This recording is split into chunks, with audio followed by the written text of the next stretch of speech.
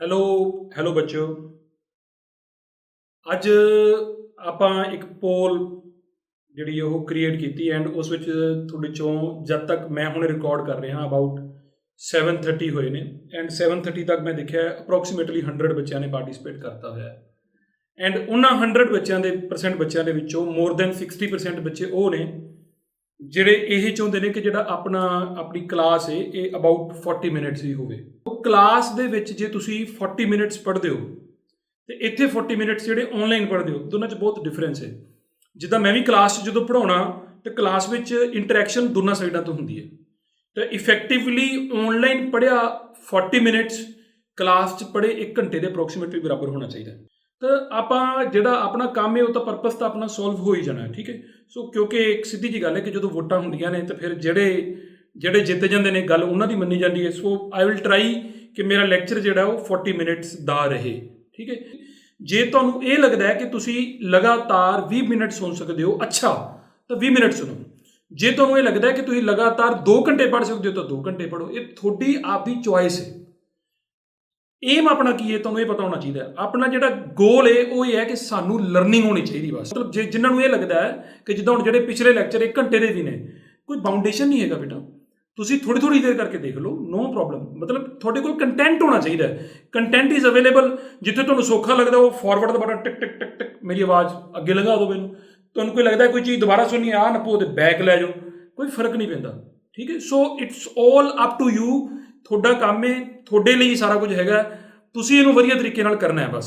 ਸੋ ਅੱਜ ਦੀ ਕਲਾਸ ਦੇ ਵਿੱਚ ਆਪਾਂ ਕੀ ਕਰਨ ਜਾ ਰਹੇ ਹਾਂ, ਅਫਕੋਰਸ ਕੱਲ ਆਪਾਂ ਸੁਪਰਪੋਜੀਸ਼ਨ ਪ੍ਰਿੰਸੀਪਲ ਦੇ ਐਂਡ ਕੀਤਾ ਸੀਗਾ ਐਂਡ ਟੌਪਿਕ ਖਤਮ ਕਰਨ ਤੋਂ ਬਾਅਦ ਆਪਾਂ ਆਉਂਦੇ ਹੁਣ ਥੋੜੇ ਨਿਊਮੈਰੀਕਲਸ ਅੱਜ ਕਰਨੇ ਆ, ਥੋੜੇ ਕੱਲ ਕਰਾਂਗੇ। ਸੁਪਰਪੋਜੀਸ਼ਨ ਪ੍ਰਿੰਸੀਪਲ ਦੇ ਨਿਊਮੈਰੀਕਲਸ ਹੋ ਗਏ। ਉਸ ਤੋਂ ਬਾਅਦ ਆਪਾਂ ਇੱਕ ਡੈਰੀਵੇਸ਼ਨ ਜਿਹੜੀ ਇਹ ਕਰਨੀ ਹੈ, ਵੈਰੀ ਇੰਪੋਰਟੈਂਟ। ਇੰਨੀ ਇੰਪੋਰਟੈਂਟ ਹੈ ਕਿ ਅਗਲੇ ਚੈਪਟਰ ਦੇ ਵਿੱਚ ਉਹਨੇ ਫੇਰ ਆਉਣਾ ਹੈ। ਤੁਹਾਨੂੰ ਮੈਂ 2 ਗੱਲਾਂ ਹੁਣ ਤੱਕ ਦੱਸੀਆਂ ਜਿਹੜੀਆਂ ਇੰਪੋਰਟੈਂਟ ਨੇ, ਜਿਹੜੀਆਂ ਅਗਲੇ ਚੈਪਟਰ 'ਚ ਆਉਣੀਆਂ ਨੇ। ਇੱਕ ਗੌਸ ਲਾਅ ਦੇ ਐਂਡ ਵਾਲੇ ਟੌਪਿਕ 'ਚ ਦੱਸਿਆ ਸੀ, ਇੱਕ ਮੈਂ ਤੁਹਾਨੂੰ ਅੱਜ ਦੱਸ ਰਿਹਾ ਕਿ ਇਹਨੇ ਬਹੁਤ ਆਉਣਾ ਹੈ। ਇੱਥੇ ਨਹੀਂ ਆਉਣਾ, ਸੈਕਿੰਡ ਯੂਨਿਟ ਫਿਜ਼ਿਕਸ ਦਾ ਜਿਹੜਾ ਹੈ, ਸੈਕਿੰਡ ਯੂਨਿਟ ਕਰੰਟ ਇਲੈਕਟ੍ਰਿਸਿਟੀ, ਉਹਦੇ 'ਚ ਪੋਟੈਂਸ਼ੀਅਲ ਸਾਰਾ ਹੀ ਬਾਰ-ਬਾਰ ਆਈ ਜਾਣਾ ਤੇ ਆਹ ਵਾਲੀ ਜਿਹੜੀ ਕੁਆਂਟੀਟੀ ਅੱਜ ਆਪਾਂ ਕਰਾਂਗੇ ਇਹ ਵੀ ਆਉਣੀ ਹੈ, ਠੀਕ ਹੈ। ਐਂਡ ਲਾਸਟ ਤੇ ਇਕੁਈਪੋਟੈਂਸ਼ੀਅਲ ਸਰਫੇਸਿਸ ਨੇ ਉਹ ਆਪਾਂ ਕਰਨੇ। ਸੋ ਜਲਦੀ ਸ਼ੁਰੂ ਕਰਾਂਗੇ। ਪਹਿਲਾ ਨੂਮੈਰੀਕਲ ਜਿਹੜਾ ਆਪਾਂ ਕਰਨ ਲੱਗੇ ਆ ਉਹ ਕੀ ਹੈ ਕਿ ਆਪਣੇ ਕੋਲ 2 ਚਾਰजेस ਨੇ ਬੇਟੇ, ਇੱਕ E ਤੇ ਇੱਕ 16E, ਠੀਕ ਹੈ। ਇਹ ਲੋਕੇਸ਼ਨ A ਹੈ, ਇਹ ਵਾਲੀ ਲੋਕੇਸ਼ਨ B ਹੈ ਐਂਡ ਇਹਨਾਂ ਦੋਨਾਂ 'ਚ ਡਿਸਟੈਂਸ ਕਿੰਨਾ ਹੈ R। ਤਾਂ ਆ ਇਹਨਾਂ ਦੋਹਾਂ ਦਾ ਮਿਡ ਪੁਆਇੰਟ ਹੈ। ਮੰਨ ਲਓ ਕਿ ਇਹਦਾ ਨਾਮ ਆਪਾਂ ਰੱਖ ਦਿੰਦੇ O। ਕੁਐਸਚਨ ਇਜ਼ ਕਿ ਜਿਹੜਾ ਇਹਨਾਂ ਦੋਹਾਂ ਦਾ ਮਿਡ ਪੁਆਇੰਟ ਹੈ ਉਹਦੇ ਤੇ ਟੋਟਲ ਪੋਟੈਂਸ਼ੀਅਲ ਕੱਢੋ, ਠੀਕ ਹੈ। ਟੋਟਲ ਪੋਟੈਂਸ਼ੀਅਲ ਕੱਢਣਾ ਹੈ। ਹੁਣ ਜਦੋਂ ਤੁਸੀਂ ਇੱਥੇ ਟੋਟਲ ਪੋਟੈਂਸ਼ੀਅਲ ਕੱਢੋਗੇ ਤਾਂ ਮੈਂ ਮੰਨ ਲਓ ਕਿ ਪਹਿਲਾਂ ਪੋਟੈਂਸ਼ੀਅਲ A ਵਾਲੇ ਚਾਰਜ ਕਰਕੇ ਕੱਢ ਦੇਣਾ। ਹੁਣ ਤੁਹਾਨੂੰ ਪਤਾ ਕਿ ਪੁਆਇੰਟ ਚਾਰਜ ਕਰਕੇ ਜਿਹੜਾ ਪੋਟੈਂਸ਼ੀਅਲ ਹੁੰਦਾ ਕੀ ਫਾਰਮੂਲਾ ਹੁੰਦਾ, ਕਿੰਨਾ ਫਾਰਮੂਲਾ ਹੁੰਦਾ ਸਿੰਪਲੀ K। ਐ ਕਰੀਏ, ਸੁਣੋ, ਸਾਨੂੰ ਪਤਾ ਕਿ ਪੋਟੈਂਸ਼ੀਅਲ ਜਿਹੜਾ ਇੱਕ ਸਕੇਲਰ ਕੁਆਂਟੀਟੀ ਹੈ, ਟੋਟਲ ਪੋਟੈਂਸ਼ੀਅਲ ਸਿੰਪਲੀ ਇਹਨਾਂ ਦੋਹਾਂ ਦਾ ਜੋੜ ਹੋਏਗਾ। ਇਹਦੇ ਕਰਕੇ ਇੱਥੇ, ਇਹਦੇ ਕਰਕੇ ਇੱਥੇ। ਹੁਣ ਪੁਆਇੰਟ ਚਾਰਜ ਕਰਕੇ ਫਾਰਮੂਲਾ ਕੀ ਹੁੰਦਾ K, ਕੀ ਹੁੰਦਾ ਲਿਖ ਦੋ ਫਾਰਮੂਲਾ ਨੀਚੇ K, ਫਿਰ ਕੀ ਲਿਖੋਗੇ Q ਤੁਹਾਡਾ ਕਿੰਨਾ ਹੈ E divided by R distance. ਜੇ ਟੋਟਲ R ਹੈ ਤਾਂ ਕਿੰਨਾ ਹੋਇਆ R/2, ਆ ਵੀ ਕਿੰਨਾ ਹੋਇਆ R/2। ਸੋ ਇੱਥੇ ਆ ਗਿਆ R/2, ਇਹ ਤੁਹਾਡਾ VA ਆ ਗਿਆ। ਹੁਣ VB ਦੀ ਗੱਲ ਕਰ ਲਓ ਬੇਟਾ, K 16E ਡਿਵਾਈਡਡ ਬਾਈ ਕਿੰਨਾ R/2। Is that okay. ਤਾਂ ਜਦੋਂ ਤੁਸੀਂ ਇਹਨਾਂ ਦੋਹਾਂ ਨੂੰ ਐਡ ਕਰੋਗੇ ਇਹ ਕੀ ਕਾਮਨ ਆ ਗਿਆ, K ਬਾਹਰ ਆ ਗਿਆ ਬੇਟਾ, E ਬਾਹਰ ਆ ਗਿਆ ਤੇ R/2 ਜਿਹੜਾ ਉਹ R ਨੀਚੇ ਰੱਖ ਦੋ, 2 ਉੱਪਰ ਲੈ ਜਾਓ, ਇੰਨਾ ਆ ਗਿਆ। ਇਹਦੇ ਕੋਲ ਬਾਕੀ ਕਿੰਨਾ ਬਚਿਆ 1 ਪਲੱਸ ਇਹਦੇ ਕੋਲ ਕਿੰਨਾ ਬਚਿਆ 16। ਆਈ ਹੋਪ ਤੁਹਾਨੂੰ ਸਮਝ ਆ ਰਹੀ ਹੈ। ਤਾਂ ਜਿਹੜਾ ਵੀ ਇਹ ਆਨਸਰ ਆ ਗਿਆ ਕਿੰਨਾ ਬਣ ਗਿਆ 17 2 ਕਿੰਨਾ ਹੁੰਦਾ 34 KE ਡਿਵਾਈਡਡ ਬਾਈ ਕਿੰਨਾ R। ਸੋ ਤੁਹਾਡੇ ਪਹਿਲੇ ਕੁਐਸਚਨ ਦਾ ਆਨਸਰ ਆ ਗਿਆ ਬੇਟੇ। ਦੂਜਾ ਕੁਐਸਚਨ ਕੀ ਹੈ ਤੁਹਾਡੇ ਕੋਲ ਸਕਰੀਨ ਤੇ ਅਵੇਲੇਬਲ ਹੈ।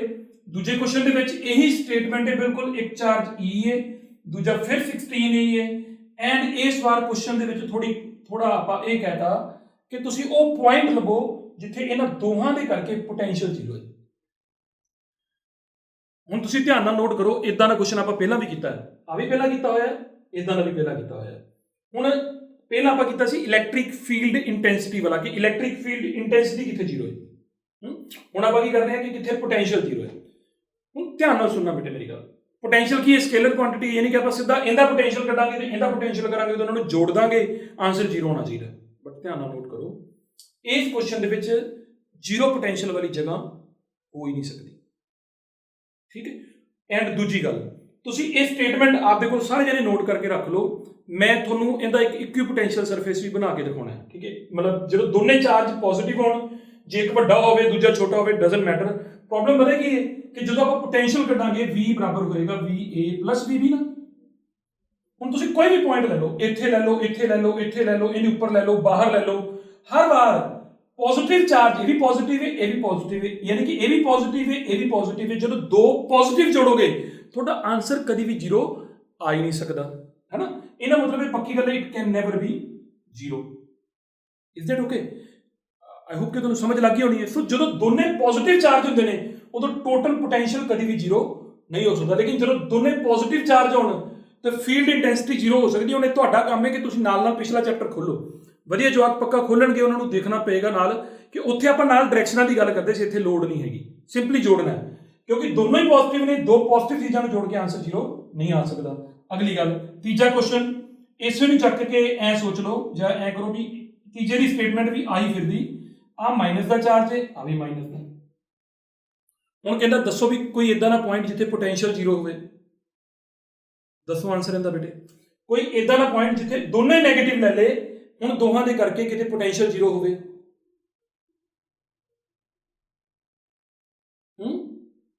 ਐਵੇਂ ਦੀ ਕੋਈ ਪਲੇਸ ਨਹੀਂ ਜੀ। ਭਲਾ ਕਿਉਂ? ਕਿਉਂਕਿ ਜਦੋਂ ਤੁਸੀਂ ਹੁਣ ਇਹਦਾ ਪੋਟੈਂਸ਼ੀਅਲ ਕਿਸੇ ਵੀ ਪੁਆਇੰਟ ਤੇ ਕੱਢੋਗੇ, ਕਿਸੇ ਵੀ ਡਿਸਟੈਂਸ ਤੇ, ਕਿਤੇ ਵੀ ਮੈਂ ਕਹਿੰਦਾ ਮੈਂ ਕੋਈ ਵੀ ਲੋਕੇਸ਼ਨ ਮੰਨ ਲਓ ਆ ਵਾਲੀ, ਇਹਦੇ ਕਰਕੇ ਜਿਹੜਾ ਉੱਥੇ ਪੋਟੈਂਸ਼ੀਅਲ ਹੋਣਾ ਉਹ ਨੈਗੇਟਿਵ ਹੋਣਾ, ਇਹਦੇ ਕਰਕੇ ਵੀ ਉੱਥੇ ਨੈਗੇਟਿਵ ਹੋਣਾ। ਜੇ ਦੋ ਨੈਗੇਟਿਵ ਜੋੜੋਗੇ ਤਾਂ ਮਾਈਨਸ ਮਾਈਨਸ ਪਲੱਸ ਹੋ ਜਾਏਗਾ, ਆਨਸਰ ਨੈਗੇਟਿਵ ਆ ਜਾਏਗਾ ਬਟ 0 ਨਹੀਂ ਆਏਗਾ। ਸੋ ਇਨ ਦਿਸ ਕੇਸ ਆਲਸੋ ਜਿਹੜਾ ਟੋਟਲ ਪੋਟੈਂਸ਼ੀਅਲ ਹੈ VA ਪਲੱਸ VB, ਦੋ ਨੈਗੇਟਿਵ ਆਏਗਾ ਬਟ 0 ਦੇ ਬਰਾਬਰ ਨਹੀਂ ਆਏਗਾ, ਠੀਕ ਹੈ। ਬਟ ਇਹਨਾਂ ਮਤਲਬ ਜੇ 0 ਦੇ ਬਰਾਬਰ ਨਹੀਂ ਆਇਆ ਤਾਂ ਨੈਟ ਪੋਟੈਂਸ਼ੀਅਲ ਜਿਹੜਾ ਟੋਟਲ ਪੋਟੈਂਸ਼ੀਅਲ 0 ਨਹੀਂ ਹੋ ਸਕਦਾ। ਸੋ ਇੱਥੋਂ ਇੱਕ ਗੱਲ ਕਲੀਅਰ ਹੋ ਗਈ ਬੇਟੇ, ਪੋਟੈਂਸ਼ੀਅਲ ਵਾਲੇ ਕੁਐਸਚਨਾਂ ਦੇ ਵਿੱਚ 0 ਪੋਟੈਂਸ਼ੀਅਲ ਕਦੋਂ ਆਏਗਾ? ਜਦੋਂ ਪੱਕੀ ਗੱਲ ਹੈ ਕਿ ਦੋ ਚਾਰजेस ਹੈ, ਜੇ ਤੱਕ ਮੈਂ ਕੰਸੈਂਟਰੇਟ ਕਰ ਰਿਹਾ ਇੱਕ ਵਾਰ ਤੁਹਾਡੇ ਨਾਲ, ਜਦੋਂ ਇੱਕ ਪੋਜ਼ਿਟਿਵ ਹੈ ਦੂਜਾ ਪੱਕਾ ਨੈਗੇਟਿਵ ਹੈ, ਕਿਉਂਕਿ ਪੋਜ਼ਿਟਿਵ ਵਾਲੇ ਦਾ ਪੋਟੈਂਸ਼ੀਅਲ ਪੋਜ਼ਿਟਿਵ ਹੋਏਗਾ, ਨੈਗੇਟਿਵ ਵਾਲੇ ਦਾ ਨੈਗੇਟਿਵ, ਤਾਂ ਉਹ ਜੁੜ ਕੇ 0 ਦੇ ਸਕਦੇ ਨੇ। ਆਈ ਹੋਪ ਸਮਝ ਲਿਓ ਨਾ ਗੱਲ ਨੂੰ। ਸੋ ਮੈਂ ਅਗਲਾ ਕੁਐਸਚਨ ਫਿਰ ਇਦਾਂ ਦਾ ਬਣਾ ਦੇਣਾ ਬੇਟੇ। ਹੁਣ ਕੁਐਸਚਨ ਨੰਬਰ ਆਪਣਾ ਆ ਗਿਆ 4। ਫੋਰਥ ਕੁਐਸਚਨ ਦੇ ਵਿੱਚ ਆਪਣੇ ਕੋਲ ਕੀ ਹੈ ਕਿ ਇੱਕ ਚਾਰਜ ਜਿਹੜਾ ਬੇਟੇ ਮਾਈਨਸ ਦਾ E ਹੈ, ਦੂਜਾ ਹੈਗਾ ਪਲੱਸ ਦਾ 16E। ਹੁਣ ਇੱਕ ਨੈਗੇਟਿਵ ਹੈ ਦੂਜਾ ਪੋਜ਼ਿਟਿਵ ਹੈ, ਐਂਡ ਕੁਐਸਚਨ ਨੂੰ ਥੋੜਾ ਮੈਂ ਹੋਰ ਸਪੈਸੀਫਾਈ ਕਰ ਦੇਣਾ। ਇਸ ਵਾਰ ਆਪਾਂ ਪੋਟੈਂਸ਼ੀਅਲ ਕਿੱਥੇ 0 ਕੱਢਣਾ ਬੇਟੇ? ਆਪਾਂ ਜਿਹੜਾ ਵੀ ਪੋਟੈਂਸ਼ੀਅਲ 0 ਕੱਢਣਾ ਉਹ ਇਸ ਲਾਈਨ ਦੇ ਉੱਪਰ ਪੁਆਇੰਟ ਲੱਭਣਾ। ਮੈਂ ਇਹਦਾ ਵੀ ਕਾਰਨ ਦੱਸਾਂਗਾ। ਅਗੇਨ ਜਦੋਂ ਮੈਂ ਇਕੁਈਪੋਟੈਂਸ਼ੀਅਲ ਸਰਫੇਸਿਸ ਕਰਾਵਾਂਗਾ ਉਦੋਂ ਤੁਹਾਨੂੰ ਇਹਦੇ ਬਾਰੇ ਇੱਕ ਹੋਰ ਬੜੀ ਵਧੀਆ ਗੱਲ ਦੱਸਾਂਗਾ, ਠੀਕ ਹੈ। ਬਸ ਮੇਰੀ ਪੁੱਤ ਇੱਕ ਤੁਹਾਨੂੰ ਤਕੀਦ ਹੈ ਕਿ ਇਹਨਾਂ ਸਾਰੀਆਂ ਕੁਐਸਚਨਾਂ ਦੇ ਰਿਜ਼ਲਟ ਯਾਦ ਰੱਖਿਓ, ਠੀਕ ਹੈ। ਜਿਵੇਂ ਹੁਣ ਇਸ ਕੁਐਸਚਨ ਦਾ ਰਿਜ਼ਲਟ ਤੁਸੀਂ ਯਾਦ ਰੱਖ ਲੈਣਾ। ਹੁਣ ਮੈਨੂੰ ਇਹਨਾਂ ਪਤਾ ਹੈ ਕਿ ਵੀ ਇਹਦੇ ਕਰਕੇ ਨੈਗੇਟਿਵ ਪੋਟੈਂਸ਼ੀਅਲ ਹੋਣਾ, ਇਹਦੇ ਕਰਕੇ ਪੋਜ਼ਿਟਿਵ, ਸੋ ਕਿਤੇ ਨਾ ਕਿਤੇ 0 ਹੋ ਸਕਦਾ। ਮੰਨ ਲੈਂਦੇ ਕਿ ਆਹ ਉਹ ਪੁਆਇੰਟ ਹੈ, ਟੋਟਲ ਡਿਸਟੈਂਸ ਆਪਾਂ ਨੂੰ R ਗਿਵਨ ਹੈ, ਐਂਡ ਮੰਨ ਲੈਂਦੇ ਕਿ ਆਹ ਵਾਲਾ ਡਿਸਟੈਂਸ ਕਿੰਨਾ ਹੈ X, ਠੀਕ ਹੈ ਜੀ। ਇਹਦੇ ਵਿੱਚੋਂ ਇੰਨਾ X ਹੈ ਤਾਂ ਬਾਕੀ ਕਿੰਨਾ ਬਚਿਆ ਬੇਟੇ? ਆਹ ਵਾਲਾ ਇਹ ਬਚਿਆ R minus X। I hope ਸਮਝੋ ਨਾ, R ਚੋਂ X ਕੱਢਤਾ, ਬਾਕੀ ਆ ਬਚ ਗਿਆ। ਹੁਣ ਸਾਨੂੰ ਇਹ ਵੀ ਪਤਾ ਹੈ ਕਿ ਜਿਹੜਾ ਟੋਟਲ ਪੋਟੈਂਸ਼ੀਅਲ ਹੈ ਵੀ ਇਟ ਇਜ਼ ਰਿਕੁਆਇਰਡ ਕਿ ਆ ਚਾਹੀਦਾ ਹੈ VP 0 ਹੋਵੇ।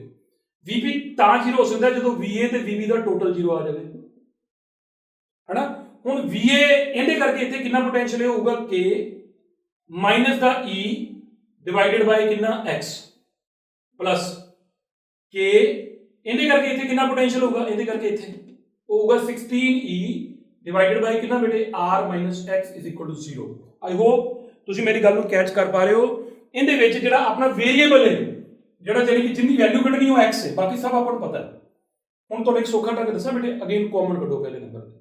ਕਾਮਨ ਕੱਢਣਾ ਬੜਾ ਵਧੀਆ ਹੁੰਦਾ ਹੈ। K ਤੇ E ਕਾਮਨ ਆ ਗਏ, ਅੰਦਰ ਕੀ ਬਚਿਆ? ਮਾਈਨਸ ਦਾ 1/x ਪਲੱਸ ਦਾ 16 divided by R minus X is equal to ਕਿੰਨਾ ਹੋ ਗਿਆ? 0।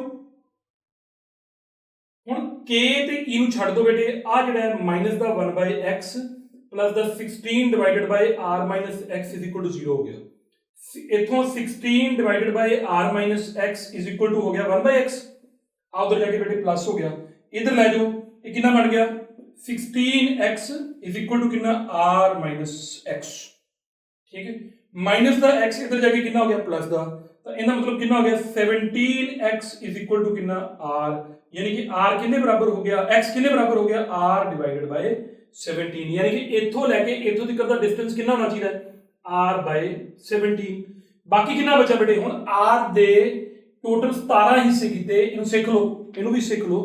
r ਦੇ ਟੋਟਲ 17 ਹਿੱਸੇ ਕੀਤੇ, 1/17 ਇੱਧਰ ਹੈ, ਬਾਕੀ ਦੇ ਕਿੰਨੇ ਹਿੱਸੇ ਬਚੇ? 17 ਚੋਂ ਇੱਕ ਹਿੱਸਾ ਹੈ, ਬਾਕੀ ਦੇ ਬਚੇ 16। तो आ रहे ਇਹਨਾਂ ਦੋਨੋਂ ਨੂੰ ਜੋੜੋਗੇ बेटा फिर r बन जाना। ठीक है, ਹੁਣ ਇਸੇ ਕੁਐਸਚਨ ਨੂੰ ਕਰਨ ਦਾ ਇੱਕ ਸੌਖਾ ਢੰਗ ਵੀ ਹੈ ਕੰਪੀਟੀਸ਼ਨ ਦੇ ਹਿਸਾਬ ਨਾਲ। ਹੁਣ ਦੇਖੋ ਆਪਾਂ ਨੂੰ ਇਹ ਸਮਝ ਹੋਣੀ ਚਾਹੀਦੀ ਹੈ ਇੱਕ ਤਰੀਕਾ ਹੋਰ ਕਿ v ਦਾ ਫਾਰਮੂਲਾ ਹੁੰਦਾ ਹੈ kq/r। ठीक है, इन both the situations ਸਾਡਾ ਚੇਂਜ ਕੌਣ ਹੋ ਰਿਹਾ? ਇੱਕ ਤਾਂ q ਚੇਂਜ ਹੋ ਰਿਹਾ, ਇੱਕ r ਚੇਂਜ ਹੋ ਰਿਹਾ। ਬੇਸਿਕਲੀ ਕੰਡੀਸ਼ਨ ਇਹ ਹੈ ਕਿ ਇਹਨਾਂ ਦੋਹਾਂ ਦੀ ਰੇਸ਼ੋ, ਇੱਥੇ ਜਿੰਨਾ ਇਹਦਾ ਪੋਟੈਂਸ਼ੀਅਲ ਹੈ ਨੈਗੇਟਿਵ ਉਨਾ ਹੀ ਉਹਦਾ ਪੋਜ਼ਿਟਿਵ ਤਾਂ ਆਏਗਾ ਜੇਕਰ ਆ ਰੇਸ਼ੋ ਦੋਨਾਂ ਦੀ ਸੇਮ ਆਵੇ। ਇਹਦੇ ਨਾਲੋਂ ਇਹ 16 ਟਾਈਮਸ ਜ਼ਿਆਦਾ। ਸੋ ਜਦੋਂ ਚਾਰਜ 16 ਟਾਈਮਸ ਹੋ ਗਿਆ ਉਹ ਵਾਲਾ ਪਰਲਾ, ਤਾਂ ਉਹ ਵਾਲਾ ਡਿਸਟੈਂਸ ਵੀ, ਆਹ ਵਾਲਾ ਡਿਸਟੈਂਸ ਵੀ ਇਹਦੇ ਨਾਲੋਂ 16 ਟਾਈਮਸ ਜ਼ਿਆਦਾ ਹੋਣਾ ਚਾਹੀਦਾ। ਇਹਦਾ ਮਤਲਬ ਇਹ ਹੋ ਗਿਆ ਕਿ ਜੇਕਰ ਤੁਹਾਡੇ ਕੋਲ ਇੱਕ -e ਤੇ ਇੱਕ 16e ਚਾਰਜ ਹੈ ਤਾਂ ਤੁਹਾਨੂੰ ਜਿੰਨੀ ਇਹਨਾਂ ਦੀ ਰੇਸ਼ੋ ਹੈ ਉਸੇ ਰੇਸ਼ੋ 'ਚ ਡਿਸਟੈਂਸ ਨੂੰ ਵੰਡਣਾ ਪੈਣਾ। ਸਮਝ ਆ ਗਈ? ਉਸੇ ਰੇਸ਼ੋ 'ਚ ਡਿਸਟੈਂਸ ਨੂੰ ਵੰਡਣਾ ਪੈਣਾ ਹੈ। ਇਹਦਾ ਮਤਲਬ ਇਹ ਪੱਕੀ ਗੱਲ ਹੋ ਗਈ ਕਿ ਜੇਕਰ 1:16 ਹੈ ਤਾਂ ਇਹਦੇ ਕੋਲ ਟੋਟਲ ਕਿੰਨੇ ਹਿੱਸੇ ਹੋ ਗਏ? 17 ਇਹਦੇ ਕੋਲ ਕਿੰਨਾ ਬਣੇਗਾ? 1/17। ਤੇ ਉਹਦੇ ਕੋਲ ਕਿੰਨਾ ਬਣੇਗਾ? 16/17। ਕਿੰਦਾ? ਟੋਟਲ r ਦਾ। ਸੋ ਇੱਕ ਕੰਪੀਟੀਸ਼ਨ ਦੇ ਹਿਸਾਬ ਨਾਲ ਤੁਸੀਂ ਇਦਾਂ ਇਹਨੂੰ ਕਰ ਸਕਦੇ ਹੋ ਬੇਟੇ। ਸੋ ਨੈਕਸਟ ਕੁਐਸਚਨ ਵੱਲ ਮੂਵ ਕਰਾਂਗੇ ਜਲਦੀ। ਨੈਕਸਟ ਕੁਐਸਚਨ ਆਪਣੇ ਕੋਲ ਕੀ ਹੈ ਕਿ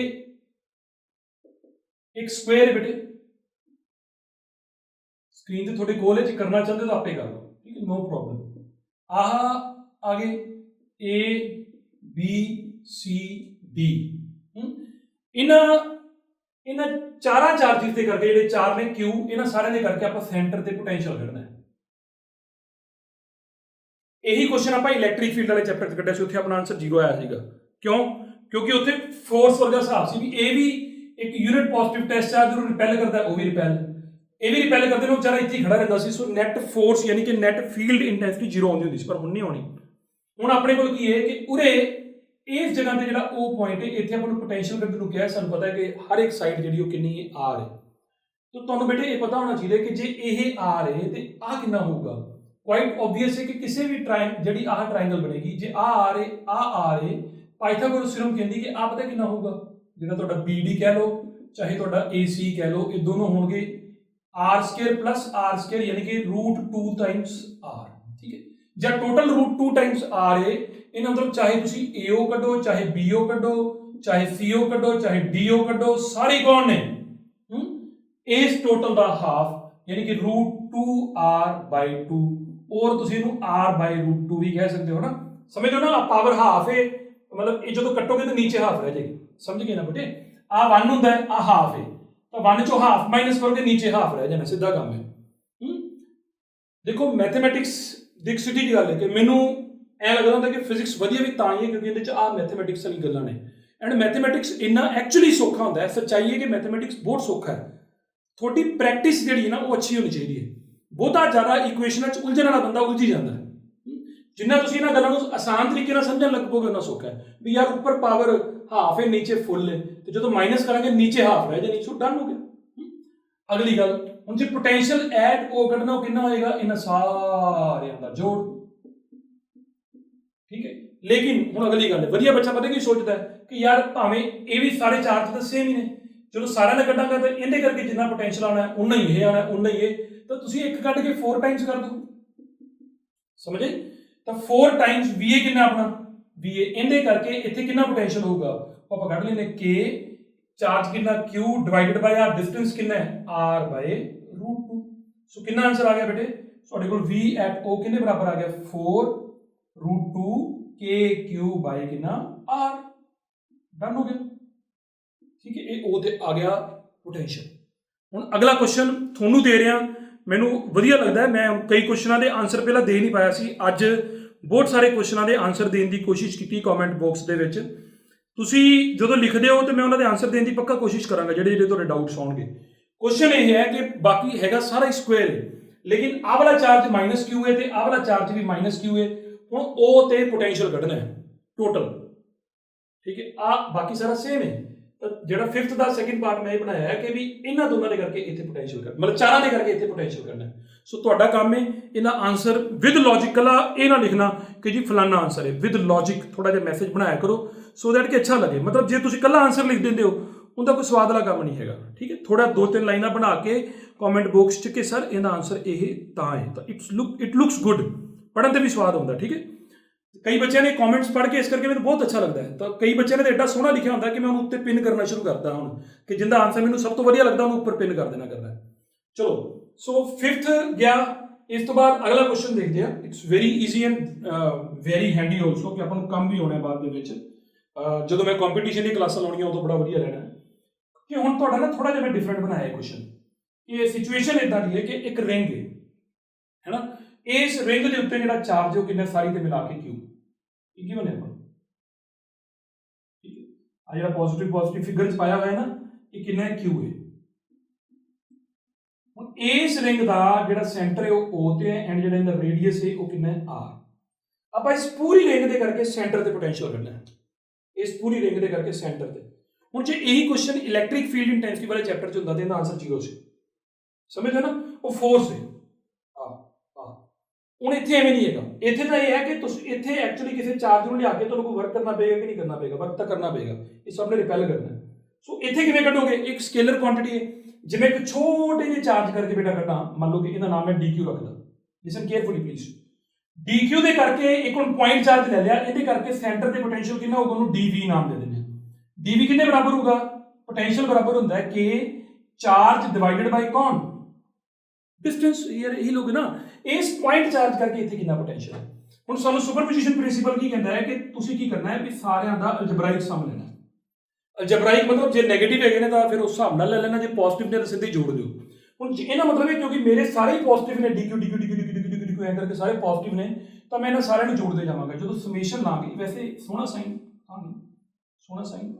ਆਏ, ਠੀਕ ਹੈ, ਜਦੋਂ ਇਹ ਵਾਲਾ ਸਾਈਨ ਆਪਾਂ ਪਾਵਾਂਗੇ ਤਾਂ K ਤੇ R ਤਾਂ ਬਾਹਰ ਆ ਜਾਣਗੇ, ਅੰਦਰ ਕੀ ਰਹਿ ਜਾਏਗਾ DQ।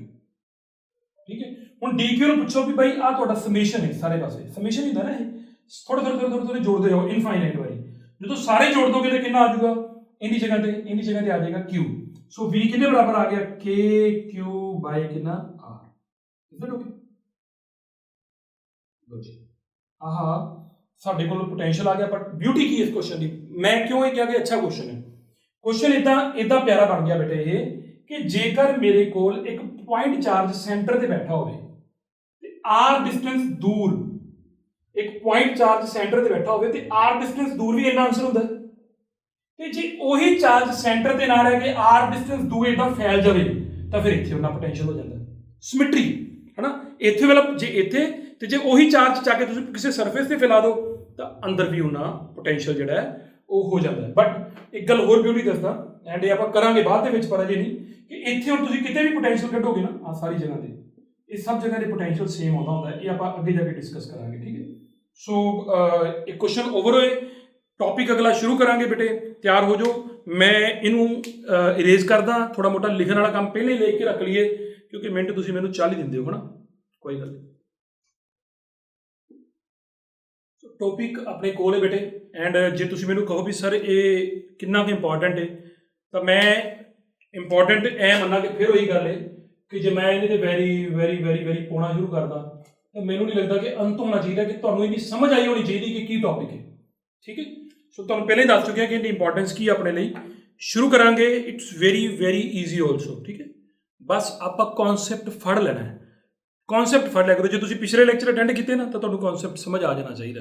ਧਿਆਨ ਨਾਲ ਸੁਣਿਓ ਬੇਟੇ, ਸੀਨ ਇਹ ਹੈ ਕਿ ਤੁਸੀਂ ਕਿਸੇ ਚਾਰਜ ਜਾਂ ਕਿਸੇ ਕਨਫੀਗਰੇਸ਼ਨ ਕਰਕੇ ਫੀਲਡ ਹੈਗਾ, ਮਤਲਬ ਕੋਈ ਸਪੇਸ ਹੈ, ਉੱਥੇ ਇਲੈਕਟ੍ਰਿਕ ਫੀਲਡ ਹੈਗਾ, ਤਾਂ ਫਿਰ ਕਿਸੇ ਇੱਕ ਪੁਆਇੰਟ ਤੇ ਇਲੈਕਟ੍ਰਿਕ ਫੀਲਡ ਇੰਟੈਂਸਿਟੀ ਤੇ ਉਸ ਜਗ੍ਹਾ ਤੇ ਕੋਈ ਮੌਜੂਦ ਪੋਟੈਂਸ਼ੀਅਲ ਡਿਫਰੈਂਸ 'ਚ ਕੋਈ ਰਿਲੇਸ਼ਨ ਦੱਸਣਾ ਆਪਾਂ, ਠੀਕ ਹੈ, ਕੋਈ ਰਿਲੇਸ਼ਨ ਬਣਾਉਣਾ ਹੈ। ਤਾਂ ਮੈਂ ਰਿਲੇਸ਼ਨ ਲਿਖਤਾ ਹੈ ਕਿ ਆਹ ਰਿਲੇਸ਼ਨ ਹੁੰਦਾ ਐਕਚੁਅਲੀ, ਇਹਨੂੰ ਬੋਲੀ ਦਾ ਕਿ ਇਲੈਕਟ੍ਰਿਕ ਫੀਲਡ ਇੰਟੈਂਸਿਟੀ ਕਿੰਨੇ ਬਰਾਬਰ ਹੈ, ਨੈਗੇਟਿਵ ਆਫ ਕੀ ਪੋਟੈਂਸ਼ੀਅਲ ਗ੍ਰੇਡੀਐਂਟ। ਇਹਨੂੰ ਪੋਟੈਂਸ਼ੀਅਲ ਗ੍ਰੇਡੀਐਂਟ ਕਿਉਂ ਬੋਲੀਦਾ, ਕਿਉਂਕਿ ਜਦੋਂ ਵੀ ਕਿਸੇ ਫਿਜ਼ੀਕਲ ਕੁਆਂਟੀਟੀ ਦੇ ਨੀਚੇ ਡਿਸਟੈਂਸ ਆ ਜਾਂਦਾ ਹੈ ਤਾਂ ਉਹਨੂੰ ਅਸੀਂ ਗ੍ਰੇਡੀਐਂਟ ਬੋਲਦੇ ਹਾਂ, ਠੀਕ ਹੈ। ਜਿਵੇਂ ਤੁਸੀਂ +1 ਦੇ ਵਿੱਚ ਵੈਲੋਸਿਟੀ ਗ੍ਰੇਡੀਐਂਟ ਪੜ੍ਹ ਕੇ ਆਏ ਹੋ, dv/dx, ਠੀਕ ਹੈ, ਵਿਸਕੋਸਿਟੀ ਵਾਲੇ ਚੈਪਟਰ ਦੇ ਵਿੱਚ। ਸਿਮਿਲਰਲੀ ਤੁਹਾਡਾ ਜਿਹੜਾ ਹੀਟ ਥਰਮੋਡਾਇਨਮਿਕਸ ਵਾਲਾ ਪਾਰਟ ਹੈ, ਟ੍ਰਾਂਸਫਰ ਆਫ ਹੀਟ ਵਾਲਾ, ਉਹਦੇ 'ਚ ਤੁਸੀਂ ਆਹ ਪੜ੍ਹ ਕੇ ਆਏ ਹੋ, ਇਹਨੂੰ ਬੋਲਦੇ ਟੈਂਪਰੇਚਰ ਗ੍ਰੇਡੀਐਂਟ dt/dx। ਸੋ ਜਦੋਂ ਉੱਤੇ ਕੋਈ ਵੀ ਫਿਜ਼ੀਕਲ ਕੁਆਂਟੀਟੀ ਹੋਵੇ, ਨੀਚੇ ਡਿਸਟੈਂਸ ਹੋਵੇ, ਤਾਂ ਉਸ ਕੁਆਂਟੀਟੀ ਦਾ ਇੱਕ ਗ੍ਰੇਡੀਐਂਟ ਹੁੰਦਾ ਹੈ, ਠੀਕ ਹੈ। ਤਾਂ ਇਹ ਥੋੜੀ ਨੌਲੇਜ ਵਾਸਤੇ ਦੱਸਦਾ ਮੈਂ। ਤਾਂ ਇਹਨੂੰ ਸ਼ੁਰੂ ਕਰਦੇ ਹਾਂ। ਇਹਦੇ 'ਚੋਂ ਇੱਕ ਨੰਬਰ ਦਾ ਕੁਐਸਚਨ ਵੀ ਬਣਦਾ, ਉਹ ਵੀ ਤੁਹਾਨੂੰ ਦੱਸਾਂਗਾ।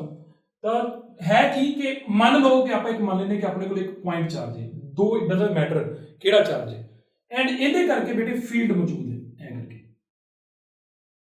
इस पॉइंट ते फील्ड इंटेंसिटी की डायरेक्शन आ है ना, रेडियली आउटवर्ड है, मान लिया क्या फर्क पैंदा भी हैगा इदां नूं फील्ड। हुण तुसीं की करना है भी एक एक टेस्ट चार्ज है तुहाडे कोल Q नॉट, ਉਹਨੂੰ ਤੁਸੀਂ A ਤੋਂ B ਤੱਕ ਲੈ ਕੇ ਜਾਣਾ ਹੈ, Q ਨੋਟ ਨੂੰ A ਤੋਂ ਲੈ ਕੇ B ਤੱਕ ਲੈ ਕੇ ਜਾਣਾ ਹੈ, ਯਾਨੀ ਕਿ ਇਸ ਚਾਰਜ ਤੋਂ ਮੇਰੀ ਫਿਗਰ ਦੇ ਹਿਸਾਬ ਨਾਲ ਤੁਸੀਂ ਦੂਰ ਲੈ ਕੇ ਜਾ ਰਹੇ ਹੋ। Is that okay? ਐਂਡ ਮੰਨ ਲਓ ਕਿ ਜਿਹੜਾ ਤੁਹਾਡਾ ਆ ਡਿਸਪਲੇਸਮੈਂਟ ਹੈ ਇਹਦਾ ਨਾਮ ਆਪਾਂ ਰੱਖਦੇ ਨੇ dr ਵੈਕਟਰ, ਠੀਕ ਹੈ। ਐਂਡ ਇਹ ਵੀ ਮੰਨ ਲਓ ਕਿ ਜਿਹੜਾ ਆ ਵਾਲਾ ਐਂਗਲ ਹੈ ਇਹ ਕਿੰਨਾ ਬੇਟੇ theta. We no what we no is ਕਿ ਜਿਹੜਾ ਸਾਡਾ ਵਰਕ ਹੁੰਦਾ dw ਉਹ ਬਰਾਬਰ ਕਿੰਨੇ ਹੁੰਦਾ ਹੈ, ਉਹ ਬਰਾਬਰ ਹੁੰਦਾ ਹੈ f ਡਾਟ dr, मतलब जे आप छोटा जिहा वर्क करांगे तो वो इहदे बराबर आएगा, ठीक है।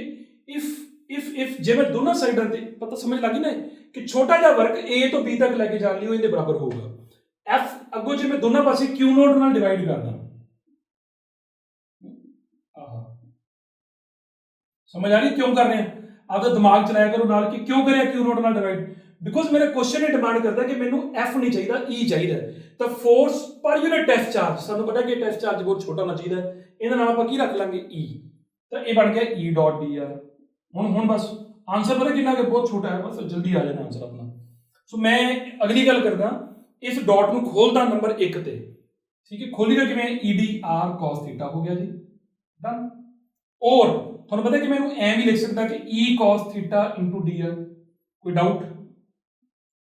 ਤੁਹਾਨੂੰ ਪਤਾ ਕਿ E cos θ ਕੌਣ ਹੈ? E ਦਾ ਇਸ ਡਾਇਰੈਕਸ਼ਨ ਦੇ ਵਿੱਚ ਥੀਟੇ ਦੇ ਬਿਲਕੁਲ ਨਾਲ ਆਉਣ ਵਾਲਾ ਕੰਪੋਨੈਂਟ। ਤਾਂ ਮੈਂ ਇਹ ਕਹਿ ਸਕਦਾ ਵੀ ਭਾਈ ਜੀ E cos θ ਆਹ ਹੈ,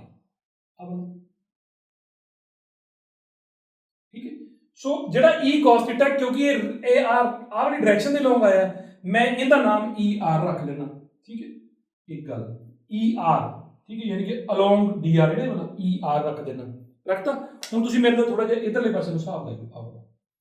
ਹੁਣ ਇੱਕ ਨਾ ਕੁਝ ਬੱਚੇ ਇਦਾਂ ਦੀ ਗੱਲ ਪੁੱਛਦੇ ਰਹਿੰਦੇ ਨੇ, ਪਲੀਜ਼ ਇਸ ਗੱਲ ਨੂੰ ਧਿਆਨ 'ਚ ਰੱਖਿਆ ਕਰੋ ਕਿ ਤੁਸੀਂ ਆਪਦੇ ਦਿਮਾਗ ਤੋਂ ਵਧੀਆ ਕੰਮ ਲੈਣਾ ਕਿ ਹੁਣ ਚਲੋ ਤੁਸੀਂ ਇਸ ਜਿਹੜਾ ਮੇਰੀ ਡਰਾਉਨ ਫਿਗਰ ਹੈ ਉਹਦੇ ਹਿਸਾਬ ਨਾਲ ਜੇ ਚੱਲੋ ਤਾਂ ਕਿਉਂਕਿ ਤੁਸੀਂ A ਤੋਂ B ਯਾਨੀ ਕਿ ਥੋੜਾ ਦੂਰ ਜਾ ਰਹੇ ਹੋ, ਜਿਹੜੀ ਮੇਰੀ ਫਿਗਰ ਹੈ ਉਹਦੇ ਹਿਸਾਬ ਨਾਲ ਪੱਕੀ ਗੱਲ ਹੈ ਕਿ ਤੁਹਾਡਾ ਜਿਹੜਾ ਪੋਟੈਂਸ਼ੀਅਲ ਹੈ ਉਹ ਇੱਥੇ ਜ਼ਿਆਦਾ ਹੈ ਤੇ ਇੱਥੇ ਪੱਕਾ ਕੀ ਹੈ, ਘੱਟ ਹੈ, ਹਨਾ।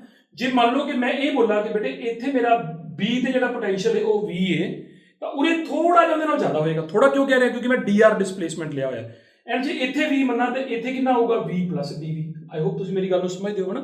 ਹੁਣ ਤੁਹਾਨੂੰ ਇਹ ਪਤਾ ਹੈ ਕਿ ਜਿਹੜਾ ਆ ਚੀਜ਼ ਹੈ ਆ ਵਾਲੀ ਵਰਕ ਡਨ ਪਰ ਯੂਨਿਟ ਚਾਰਜ, ਵਰਕ ਡਨ ਪਰ ਯੂਨਿਟ ਚਾਰਜ ਵਰਕ ਕਿਹੜਾ ਹੈ ਇਹਨਾਂ ਦੋਨਾਂ ਪੁਆਇੰਟਾਂ ਦੇ ਵਿਚਕਾਰ?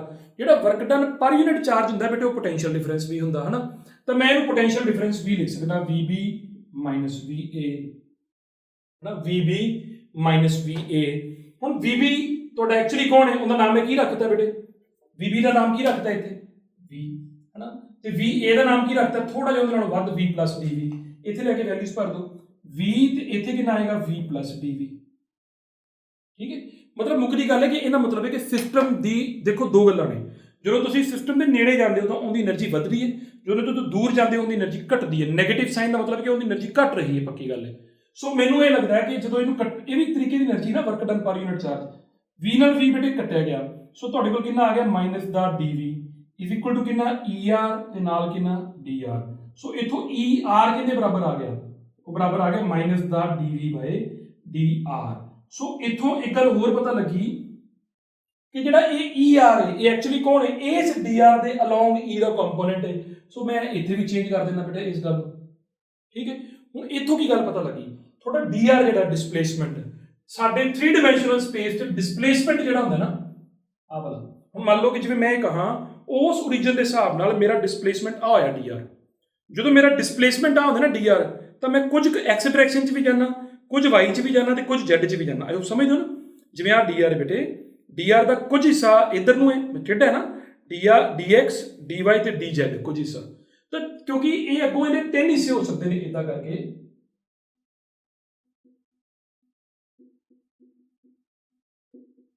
ਇਹਦਾ ਮਤਲਬ ਮੇਰਾ ਆਨਸਰ ਮੈਨੂੰ ਇਹ ਸੁਜੈਸਟ ਕਰਦਾ ਹੈ ਕਿ dr ਦੇ ਜੇ 3 ਹਿੱਸੇ ਹੋ ਸਕਦੇ ਯਾਨੀ ਕਿ ER ਜਿਹੜਾ ਇਹ ਵੀ E ਹੈ ਇਹ ਵੀ 3 ਹਿੱਸਿਆਂ 'ਚ ਵੰਡਿਆ ਜਾ ਸਕਦਾ ਹੈ। ਸੋ ਆਪਾਂ ਕੀ ਲਿਖਦੇ ਹਾਂ? ਦਸ ਜਿਹੜਾ x ਐਕਸਿਸ ਵਾਲੇ ਪਾਸੇ ਨੂੰ E ਦਾ ਕੰਪੋਨੈਂਟ ਹੋਏਗਾ, EX ਉਹ ਬਰਾਬਰ ਕਿੰਨੇ ਹੋਏਗਾ? ਉਹ ਤਾਂ ਬੇਟੇ ਆਹ ਲਿਖ ਦਿਆ ਕਰੋ ਮਾਈਨਸ ਦਾ dv/dx, ਬਟ ਨਾ ਇੱਕ ਸਪੈਸ਼ਲ ਨਾਮ ਹੈ, ਜਦੋਂ ਤੁਸੀਂ ਵੱਡੇ ਹੋ ਜਾਓਗੇ ਇਹਨੂੰ ਯੂਜ਼ ਕਰਨਾ ਹੈ, ਉਹਨੂੰ ਅਸੀਂ ਬੋਲਦੇ ਹਾਂ ਪਾਰਸ਼ੀਅਲ ਫ੍ਰੈਕਸ਼ਨ। ਪਾਰਸ਼ੀਅਲ ਫ੍ਰੈਕਸ਼ਨ ਇੱਕ ਤਾਂ dv/dx ਹੋ ਗਿਆ, ਇਹ d ਦੀ ਜਗ੍ਹਾ ਤੇ ਨਾ ਇੱਥੇ ਆ ਪਾ ਲੈਂਦੇ ਨੇ। ਹੁਣ ਅਲੱਗ-ਅਲੱਗ ਬੁੱਕਸ ਦੇ ਨਾਲ ਅਸੀਂ ਇਹਨੂੰ ਕਰਲੀ ਬੋਲਦੇ ਹੁੰਦੇ ਸੀ ਬੇਟਾ, ਕਰਲੀ v/ਕਰਲੀ x। ਜਦੋਂ ਇਹ ਪਾਇਆ ਹੋਵੇ ਨਾ, ਇਹਦਾ ਮਤਲਬ ਹੈ ਕਿ ਇਹ ਡੈਰੀਵੇਟਿਵ ਲੈ ਰਿਹਾ ਕਿਹਦੇ ਵਿਦ ਰਿਸਪੈਕਟ ਟੂ? ਸਿਰਫ x ਦੇ ਵਿਦ ਰਿਸਪੈਕਟ ਟੂ। ਠੀਕ ਹੈ, ਤੁਸੀਂ ਜਦੋਂ ਐ ਮੂਵ ਕਰਦੇ ਹੋ ਨਾ, ਤੁਹਾਡਾ x ਵੀ ਬਦਲ ਗਿਆ, y ਵੀ ਬਦਲ ਗਿਆ ਤੇ z ਵੀ ਬਦਲ ਗਿਆ। ਲੇਕਿਨ ਇਹਦਾ ਮਤਲਬ ਹੈ ਕਿ ਜਦੋਂ ਤੁਸੀਂ x ਕੰਪੋਨੈਂਟ ਕੱਢੋਗੇ ਤਾਂ ਫਿਰ ਤੁਸੀਂ ਇਕੱਲਾ ਵੇਰੀਏਬਲ ਇਹਨੂੰ ਹੀ ਲੈਣਾ x ਨੂੰ, ਬਾਕੀ ਦੋਨੋਂ ਕੀ ਲੈਣੇ ਨੇ? ਕਾਂਸਟੈਂਟ। ਯਾਨੀ ਕਿ ਇਹਦਾ ਮਤਲਬ ਹੈ ਕਿ keeping y and z constant. ਠੀਕ ਹੈ, ਹੁਣ EY ਕਿੰਨਾ ਆਊਗਾ? ਆਊਗਾ ਮਾਈਨਸ ਦਾ ਕਰਲੀ v/ਕਰਲੀ y, ਤੇ EZ ਕਿਹਦੇ ਬਰਾਬਰ ਆਊਗਾ? ਮਾਈਨਸ ਦਾ ਕਰਲੀ v/ਕਰਲੀ z। ਠੀਕ ਹੈ, ਅਗੇਨ ਮੈਂ ਦੱਸਦਾ ਕਿ d ਤੇ ਉਹਦੇ ਚ ਫਰਕ ਕੀ ਹੈ। ਉਹਦਾ ਮਤਲਬ ਹੁੰਦਾ ਹੈ ਕਿ ਕਿਸੇ ਇੱਕ ਨੂੰ ਆਪਾਂ ਵੇਰੀਏਬਲ ਮੰਨਣਾ ਹੈ, ਬਾਕੀ ਦੋਹਾਂ ਨੂੰ ਉਸ ਡਾਇਰੈਕਸ਼ਨ 'ਚ ਕੀ ਮੰਨ ਲੈਣਾ? ਕਾਂਸਟੈਂਟ। ਐਂਡ ਉਹਦਾ ਕਾਂਸਟੈਂਟ ਮੰਨਣ ਦਾ ਵੀ ਕਾਰਨ ਹੈ ਬੇਟੇ, ਮੈਂ ਜਲਦੀ ਦੱਸਦਾ ਕਿ ਮੰਨ ਲਓ ਕਿ ਜਿਵੇਂ ਹੁਣ ਆ x ਡਾਇਰੈਕਸ਼ਨ ਹੈ, y ਦਾ ਇਧਰਲੀ ਡਾਇਰੈਕਸ਼ਨ ਦੇ ਵਿੱਚ ਜਿਹੜਾ ਐਂਗਲ ਉਹ 90 ਡਿਗਰੀ ਬਣਦਾ, ਸੋ y ਦਾ ਇੱਧਰ ਕੋਈ ਇਨਵੋਲਵਮੈਂਟ ਨਹੀਂ ਹੈਗਾ। ਸਿਮਿਲਰਲੀ y ਇੱਧਰ ਹੈ ਮੰਨ ਲਓ, ਤਾਂ y ਦਾ ਵੀ ਇੱਧਰ ਕੋਈ ਇਨਵੋਲਵਮੈਂਟ ਨਹੀਂ, ਕਿਉਂਕਿ ਜਦੋਂ ਐਂਗਲ 90 ਹੋਵੇ ਤਾਂ ਉਹ cos 90 0 ਨਾ, ਤਾਂ ਇਹਦਾ ਇੱਧਰ ਕੋਈ ਕੰਪੋਨੈਂਟ ਨਹੀਂ ਆਏਗਾ dy ਦਾ, ਹਨਾ। ਸੋ ਜਦੋਂ ਆਪਾਂ x ਵਾਲਾ ਇਫੈਕਟ ਕੱਢ ਰਹੇ ਹਾਂ ਤੇ ਬਾਕੀ ਦੋਨਾਂ ਨੂੰ ਲੈਣ ਦੀ ਲੋੜ ਨਹੀਂ। ਸਿਮਿਲਰਲੀ y ਵਾਲੇ ਪਾਸੇ ਕੱਢ ਰਹੇ ਹੋ ਤਾਂ ਮਤਲਬ ਤੁਸੀਂ x ਤੇ z ਨੂੰ ਹੀ ਲੈਣਾ, ਐਂਡ ਸੋ। ਠੀਕ ਹੈ, ਸੋ ਇਹ ਸੌਖਾ ਜਿਹਾ ਕੁਐਸਚਨ ਸੀ। ਆਪਾਂ ਵਰਕ ਕੱਢਿਆ, ਵਰਕ ਡਨ ਪਰ ਯੂਨਿਟ ਚਾਰਜ ਕੱਢਿਆ, ਇਹਨੂੰ ਪੋਟੈਂਸ਼ੀਅਲ ਡਿਫਰੈਂਸ ਲਿਖਤਾ ਕਿਉਂਕਿ ਇਹ 2 ਪੁਆਇੰਟਾਂ 'ਚ ਸੀਗਾ। ਇੱਥੇ ਪੋਟੈਂਸ਼ੀਅਲ ਦੀਆਂ ਵੈਲਿਊਜ਼ ਆਪਣੇ ਇਹਦੇ ਨਾਲ ਲਿਖੀਆਂ। ਜਦੋਂ ਇਹ ਲਿਖ ਲਿਆ ਫਿਰ ਉਸ ਤੋਂ ਬਾਅਦ ਬਸ ਆਪਣੇ ਕੋਲ ਰਿਜ਼ਲਟ ਆ ਗਿਆ। ਕਰਨਾ ਕੀ ਹੈ, ਸੋ ਇੱਕ ਕੁਐਸਚਨ ਮੈਂ ਪਾ ਦਿੰਦਾ ਜਲਦੀ 'ਚ। ਕੁਐਸਚਨ ਤੁਹਾਡੇ ਕੋਲ ਇਹ ਹੈ, ਸਕਰੀਨ ਤੇ ਅਵੇਲੇਬਲ ਹੈ ਬੇਟੇ, ਕਿ ਇੱਕ ਫੀਲਡ ਹੈ, ਇੱਕ ਫੀਲਡ ਹੈ, ਉਸ ਫੀਲਡ ਦੇ ਵਿੱਚ ਪੋਟੈਂਸ਼ੀਅਲ ਦੀ ਆ ਵੈਲਿਊ ਦਿੱਤੀ ਬੇਟੇ ਤੁਹਾਨੂੰ।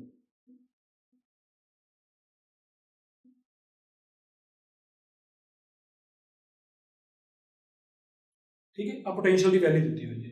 ਹੁਣ ਸਾਨੂੰ ਕਹਿੰਦਾ ਹੈ ਕਿ ਇਸ ਜਿਹੜਾ ਪੋਟੈਂਸ਼ੀਅਲ ਦੀ ਵੈਲਿਊ ਹੈ ਨਾ, ਇਹ ਸਾਰੀ ਵੋਲਟ 'ਚ, ਇਹ ਵੀ ਯਾਦ ਰੱਖੋ।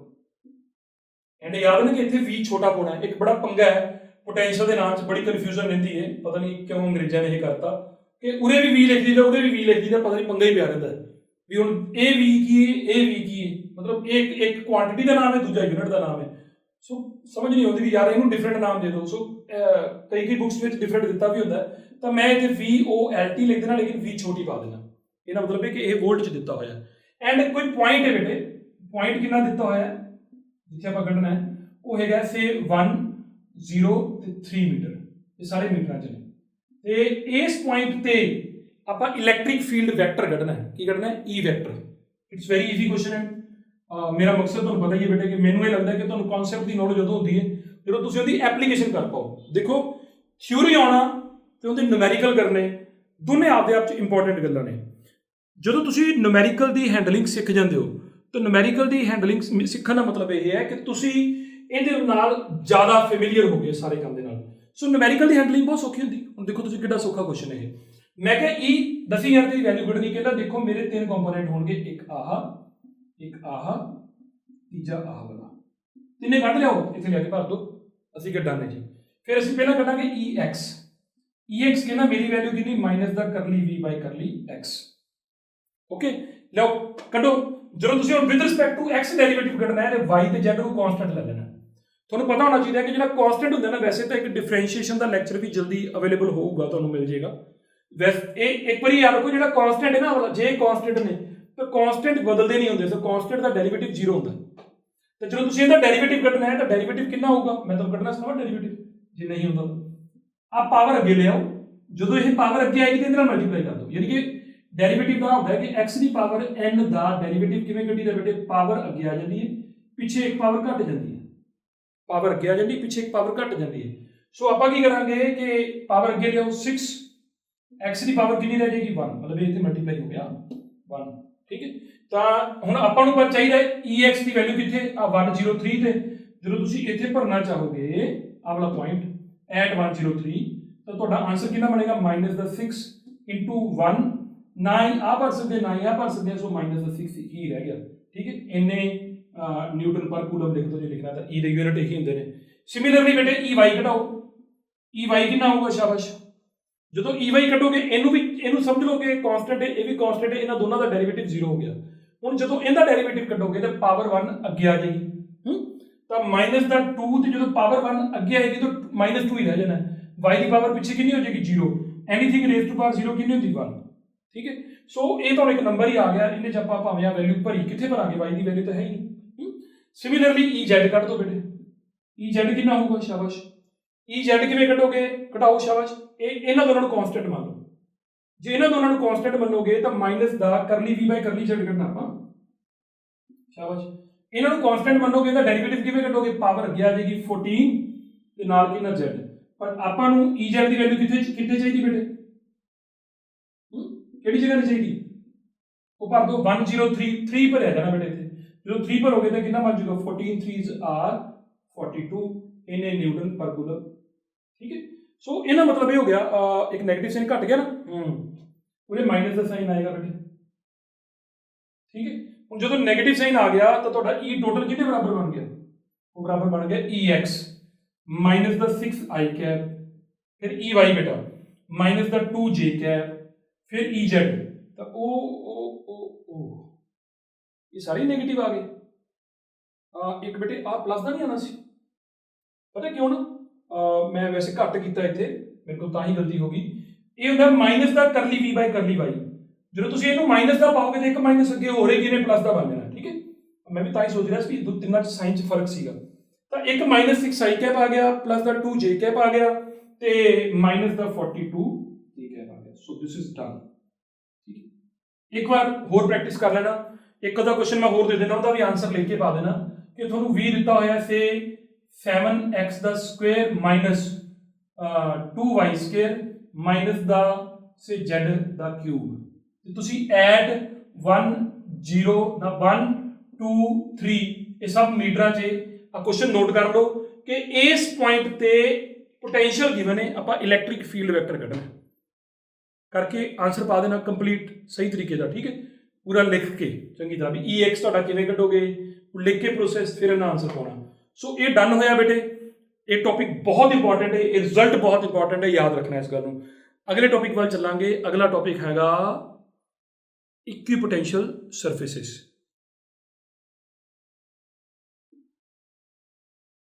ਸੋ ਆਪਣਾ ਅਗਲਾ ਟੌਪਿਕ ਆਪਣੇ ਕੋਲ ਹੈ ਬੇਟਾ ਇਕੁਈਪੋਟੈਂਸ਼ੀਅਲ ਸਰਫੇਸਿਸ। ਇੱਕ ਛੋਟੀ ਜਿਹੀ ਗੱਲ ਰਹਿ ਗਈ ਕਰਨ ਵਾਲੀ ਕਿ ਆਪਾਂ ਨੂੰ ਪਤਾ ਹੈ ਕਿ ER ਬਰਾਬਰ ਮਾਈਨਸ dV ਬਾਈ dr ਹੈ।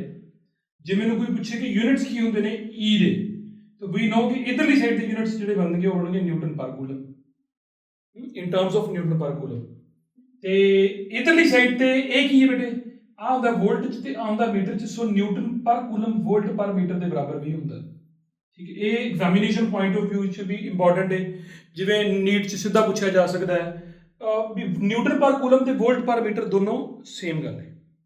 ਇਜ਼ ਦੈਟ ਓਕੇ, ਇਹ ਯਾਦ ਰੱਖਣਾ।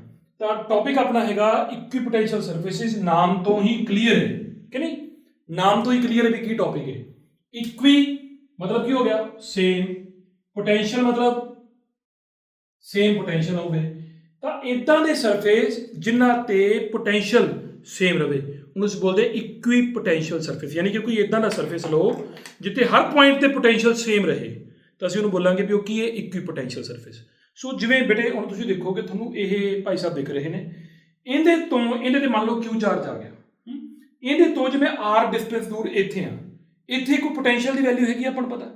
ਹੁਣ ਜੇ ਇਸ ਜਗ੍ਹਾ ਤੇ ਪੋਟੈਂਸ਼ੀਅਲ ਦੀ ਵੈਲਿਊ ਹੈ, ਦੁਬਾਰਾ ਫਿਰ ਇੰਨੀ ਪੋਟੈਂਸ਼ੀਅਲ ਦੀ ਵੈਲਿਊ ਕਿੱਥੇ ਹੋਏਗੀ, ਜੇ ਮੈਂ ਐ ਮੂਵ ਕਰਾਂ ਤਾਂ ਹੋਏਗੀ, ਜੇ ਇੱਧਰ ਨੂੰ ਮੂਵ ਕਰਾਂਗਾ ਤਾਂ ਕੀ ਫਰਕ ਪਏਗਾ, ਘਟੇਗੀ, ਤੇ ਜੇ ਮੈਂ ਐ ਨੂੰ ਮੂਵ ਕਰਾਂਗਾ ਤਾਂ ਕੀ ਹੋਏਗੀ, ਵਧੇਗੀ। ਕੰਡੀਸ਼ਨ ਕੀ ਹੈ, K Q ਬਾਈ R, Q ਹੋਏ R ਆਏ, ਤਾਂ ਕੰਡੀਸ਼ਨ ਇਹ ਹੈ ਕਿ ਪੋਟੈਂਸ਼ੀਅਲ ਉਦੋਂ ਸੇਮ ਰਹੇਗਾ ਜਦੋਂ ਮੈਂ ਕੀ ਸੇਮ ਰੱਖਾਂਗਾ, R।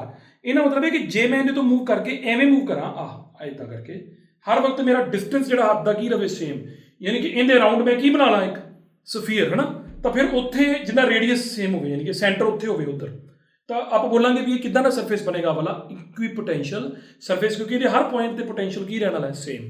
ਸੋ ਇੱਕ ਵਾਰ ਮੈਂ ਪੁਆਇੰਟ ਚਾਰਜ ਤੋਂ ਸ਼ੁਰੂ ਕਰਦਾ, ਹੌਲੀ ਹੌਲੀ ਆਪਾਂ ਜਿਵੇਂ ਜਿਵੇਂ ਅੱਗੇ ਟੌਪਿਕ 'ਚ ਵਧਾਂਗੇ, ਕੁਝ ਪਾਰਟ ਇਹਦਾ ਆਪਾਂ ਨੂੰ ਕੱਲ੍ਹ ਵੀ ਕਰਨਾ ਪੈਣਾ ਅਗਲੀ ਵੀਡੀਓ ਦੇ ਵਿੱਚ, ਤਾਂ ਉਹ ਜਿਹੜਾ ਪਾਰਟ ਰਹਿ ਜਾਏਗਾ ਉਹਨੂੰ ਅੱਗੇ ਕਰਾਂਗੇ, ਨਾਲੇ ਥੋੜਾ ਹੋਰ ਉਹਦੇ ਵਿੱਚ ਆਪਾਂ ਡੈਮੋਨਸਟ੍ਰੇਸ਼ਨ ਵੀ ਇੱਕ ਐਡ ਕਰਾਂਗੇ, ਸੋ ਦੈਟ ਕਿ ਤੁਹਾਨੂੰ ਕਨਸੈਪਟ ਹਮੇਸ਼ਾ ਯਾਦ ਰਹੇ। ਤਾਂ ਇਕੁਈਪੋਟੈਂਸ਼ੀਅਲ ਸਰਫੇਸ ਉਹ ਹੈ ਜਿਹਦੇ ਤੇ ਪੋਟੈਂਸ਼ੀਅਲ ਕੀ ਰਹਿੰਦਾ, ਸੇਮ। ਫੋਰ ਐਗਜ਼ਾਮਪਲ ਮੈਂ ਇੱਕ ਪੁਆਇੰਟ ਚਾਰਜ ਲਿਆ, ਇਹਦੇ ਤੇ ਮੰਨ ਲਓ ਕਿ ਕੋਈ ਦੋ ਪੁਆਇੰਟ ਲਏ A ਤੇ B, ਇੱਥੇ ਜਿਹੜਾ ਪੋਟੈਂਸ਼ੀਅਲ ਉਹਦਾ ਨਾਮ VA ਰੱਖਤਾ, ਇਹਦਾ ਨਾਮ VB ਰੱਖਤਾ। ਪੱਕੀ ਗੱਲ ਹੈ ਕਿ ਜੇ ਇਹ ਇਕੁਇਪੋਟੈਂਸ਼ੀਅਲ ਸਰਫੇਸ ਹੈ ਤਾਂ VA ਨੂੰ VB ਦੇ ਕੀ ਰਹਿਣਾ ਚਾਹੀਦਾ, ਬਰਾਬਰ। ਪੋਟੈਂਸ਼ੀਅਲ ਦਾ ਮਤਲਬ ਹੀ ਇਹ ਹੈ। ਹੁਣ ਜੇਕਰ ਇਹ ਸਿਚੁਏਸ਼ਨ ਹੈਗੀ ਹੈ ਬੇਟੇ BA ਬਰਾਬਰ VB ਹੈ, ਤਾਂ ਹੁਣ ਪਹਿਲੀ ਗੱਲ ਆਉਂਦੀ ਹੈ ਕਿ ਉਹ ਸਰਫੇਸ ਜਿਹਦੇ ਤੇ ਹਰ ਇੱਕ ਜਗ੍ਹਾ ਤੇ ਪੋਟੈਂਸ਼ੀਅਲ ਸੇਮ ਰਵੇ। ਆਹ ਕੰਡੀਸ਼ਨ ਰਵੇ, ਭਾਵੇਂ 2 ਪੁਆਇੰਟ ਲਓ ਭਾਵੇਂ 1000 ਲਓ।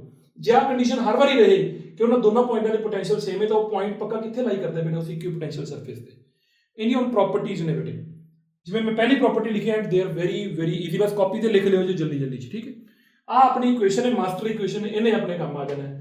ਸੋ ਪਹਿਲੇ ਨੰਬਰ ਤੇ ਕੀ ਹੈ ਕਿ no work is done while moving a charge on an equipotential surface। ਕੋਈ ਵਰਕ ਨਹੀਂ ਕੀਤਾ ਜਾਂਦਾ ਜਦੋਂ ਇੱਕ ਚਾਰਜ ਨੂੰ ਇਕੁਇਪੋਟੈਂਸ਼ੀਅਲ ਸਰਫੇਸ ਤੇ ਮੂਵ ਕੀਤਾ ਜਾਂਦਾ ਹੈ। ਹੁਣ ਜਦੋਂ ਤੁਸੀਂ ਇੱਕ ਚਾਰਜ ਨੂੰ ਇਕੁਇਪੋਟੈਂਸ਼ੀਅਲ ਸਰਫੇਸ ਤੇ ਮੂਵ ਕਰਦੇ ਹੋ ਤਾਂ ਮੈਂ ਕਹਿੰਦਾ ਵਰਕ ਨਹੀਂ ਹੁੰਦਾ, ਵਰਕ ਤੇ ਆ ਪਿਆ। ਇਹਨਾਂ ਦੋਨਾਂ ਚ ਰਿਲੇਸ਼ਨ ਚੱਕ ਕੇ ਲਿਆਓ। ਅਸੀਂ ਕਹਿੰਦੇ ਕਿ ਵੀ ਨੋ, ਧਿਆਨ ਨਾਲ ਸੁਣੀ ਚੱਲਿਓ, ਇਹਦਾ ਪ੍ਰੂਫ ਦੇਣ ਲੱਗਾ ਇਸ ਇਕੁਏਸ਼ਨ ਦਾ। ਤੁਸੀਂ ਲਿਖੋ ਕਿ WBA ਯਾਨੀ ਕਿ ਵਰਕ ਡਨ ਪਰ ਯੂਨਿਟ ਚਾਰਜ ਬਰਾਬਰ ਦਾ ਭਾਈ ਸਾਹਿਬ ਹੁੰਦਾ ਪੋਟੈਂਸ਼ੀਅਲ ਡਿਫਰੈਂਸ ਦੇ। ਲੇਕਿਨ ਜੇ ਇਕੁਇਪੋਟੈਂਸ਼ੀਅਲ ਸਰਫੇਸ ਹੈ ਤਾਂ ਫਿਰ ਪੋਟੈਂਸ਼ੀਅਲ ਤਾਂ ਸੇਮ ਰਹੇਗਾ। ਇਹਦਾ ਮਤਲਬ VA ਤੇ VB ਦੋਨੇ ਬਰਾਬਰ ਨੇ। ਜੇ ਮੈਂ ਇੱਥੇ ਵੀ VA ਭਰਦਾ ਤਾਂ VA ਮਾਈਨਸ VA ਯਾਨੀ ਕਿ ਕਿੰਨਾ ਆ ਗਿਆ 0। Q0 ਨੂੰ ਉਧਰ ਲੈ ਜਾਓ ਯਾਨੀ ਕਿ ਵਰਕ ਪੱਕਾ ਕਿੰਨਾ ਹੈ 0 ਬੇਟੇ। ਸੋ ਪਹਿਲੇ ਕੁਐਸਚਨ ਦਾ ਆਨਸਰ ਆਪਾਂ ਨੂੰ ਮਿਲ ਗਿਆ ਕਿ ਜੇ ਤੁਸੀਂ ਕਿਸੇ ਚਾਰਜ ਨੂੰ Q0 ਨੂੰ ਇਕੁਇਪੋਟੈਂਸ਼ੀਅਲ ਸਰਫੇਸ ਤੇ ਮੂਵ ਕਰਕੇ ਇੱਥੇ ਲੈ ਕੇ ਆਓਗੇ, ਜੇ ਸਰਫੇਸ ਇਕੁਇਪੋਟੈਂਸ਼ੀਅਲ ਹੈ ਤਾਂ ਕੋਈ ਵਰਕ ਨਹੀਂ ਹੋਏਗਾ। Is that okay. ਅਗਲੀ ਪ੍ਰੋਪਰਟੀ ਦੇਖੋ, ਅਗਲਾ ਪ੍ਰੂਵ ਕਰਾਂਗੇ। ਕਹਿੰਦੇ ਵੀ ਜਿਹੜੀਆਂ ਇਲੈਕਟ੍ਰਿਕ ਫੀਲਡ ਲਾਈਨਸ ਹੁੰਦੀਆਂ ਨੇ, ਜੇ ਕਿਤੇ ਵੀ ਤੁਸੀਂ ਇਲੈਕਟ੍ਰਿਕ ਫੀਲਡ ਲਾਈਨਸ ਬਣਾਉਣਾ ਚਾਹੋ, ਯਾਨੀ ਕਿ ਇੱਕੋ ਹੀ ਡਾਇਗਰਾਮ ਦੇ ਵਿੱਚ ਆਪਾਂ ਇਲੈਕਟ੍ਰਿਕ ਫੀਲਡ ਲਾਈਨਸ ਵੀ ਬਣਾਉਣੀਆਂ ਨੇ ਤੇ ਆਪਾਂ ਇਕੁਇਪੋਟੈਂਸ਼ੀਅਲ ਸਰਫੇਸ ਵੀ ਬਣਾਉਣਾ ਹੈ, ਤੇ ਜੇ ਆਪਾਂ ਦੋਨੇ ਚੀਜ਼ਾਂ ਬਣਾਉਣੀਆਂ ਨੇ ਤਾਂ ਫਿਰ ਉਹਨਾਂ ਦੋਨਾਂ ਚ ਰਿਲੇਸ਼ਨ ਕੀ ਆਪਾਂ ਬੋਲਾਂਗੇ, ਜਿਹੜੀਆਂ ਇਲੈਕਟ੍ਰਿਕ ਫੀਲਡ ਲਾਈਨਸ ਨੇ ਨਾ ਉਹ ਯਾਨੀ ਕਿ ਕਹਿ ਦੋ E ਵੈਕਟਰ, ਉਹ ਹਮੇਸ਼ਾ ਪਰਪੈਂਡੀਕੂਲਰ ਹੁੰਦਾ ਹੈ ਕਿਤੇ ਇਕੁਇਪੋਟੈਂਸ਼ੀਅਲ ਸਰਫੇਸ ਦੇ। ਯਾਨੀ ਕਿ ਇੱਥੇ ਜੇ ਮੈਂ E ਵੈਕਟਰ ਬਣਾਉਣਾ ਚਾਹਾਂ ਤਾਂ ਇਹਨਾਂ ਦੋਹਾਂ 'ਚ ਜਿਹੜਾ ਐਂਗਲ ਬਣੇਗਾ ਪੱਕਾ ਕਿੰਨੇ ਡਿਗਰੀ ਬਣੇਗਾ 90, E ਦੇ ਵਿੱਚ ਤੇ ਇਹਦੇ ਵਿੱਚ, ਠੀਕ ਹੈ। ਅਗੇਨ ਮੈਨੂੰ ਇਹ ਲੱਗਦਾ ਕਿ ਤੁਸੀਂ ਭਾਵੇਂ ਬੇਟਾ ਸਾਰਾ ਚੱਕ ਲਓ, ਭਾਵੇਂ ਹੁਣ ਤੁਸੀਂ ਆਹ ਵਾਲਾ ਹਿੱਸਾ ਚੱਕ ਲਓ, ਤੁਹਾਨੂੰ ਆਨਸਰ ਮਿਲ ਜਾਏਗਾ। ਕਿਵੇਂ ਮਿਲੇਗਾ ਬੇਟੇ, ਦੇਖੋ ਧਿਆਨ ਨਾਲ। ਜੇ ਮੈਂ ਆਹ ਵਾਲਾ ਪਾਰਟ ਇਹਦਾ ਚੱਕ ਲਾਂ ਤਾਂ ਅਸੀਂ ਲਿਖਾਂਗੇ ਵੀ ਨੋ ਅਗੇਨ ਕਿ VA ਮਾਈਨਸ VB ਬਰਾਬਰ ਕਿਹਦੇ ਆ ਮਾਈਨਸ ਦਾ E ਡਾਟ DR। ਸਾਨੂੰ ਇਹ ਪਤਾ ਹੈ ਬੇਟੇ ਕਿ VA ਤੇ VB ਦੋਨੋਂ ਜਿਹੜੇ ਨੇ ਬਰਾਬਰ ਨੇ, ਕਿਉਂਕਿ ਸਰਫੇਸ ਕਿਹੜਾ ਹੈ ਇਕੁਇਪੋਟੈਂਸ਼ੀਅਲ ਆਪਾਂ ਨੂੰ ਕਿਹਾ ਹੋਇਆ ਹੈ। ਜੇ VA ਤੇ VB ਬਰਾਬਰ ਨੇ, ਜਦੋਂ ਮੈਂ ਇਹਨਾਂ ਨੂੰ ਬਰਾਬਰ ਭਰਾਂਗਾ ਤਾਂ ਇੱਧਰ ਕੀ ਆ ਜਾਏਗਾ 0। ਹੁਣ ਆ ਗਿਆ। ਹੁਣ ਵੇਖੋ ਪੁੱਤ, ਜਿਨ੍ਹਾਂ ਨੇ ਕਲਾਸਾਂ ਲਾਈਆਂ ਨੇ ਸਮਝ ਲਓ ਕਿ ਉਹ ਨਜ਼ਾਰੇ ਲੈਣ ਲੱਗ ਚੁੱਕੇ ਹੋਏ ਨੇ।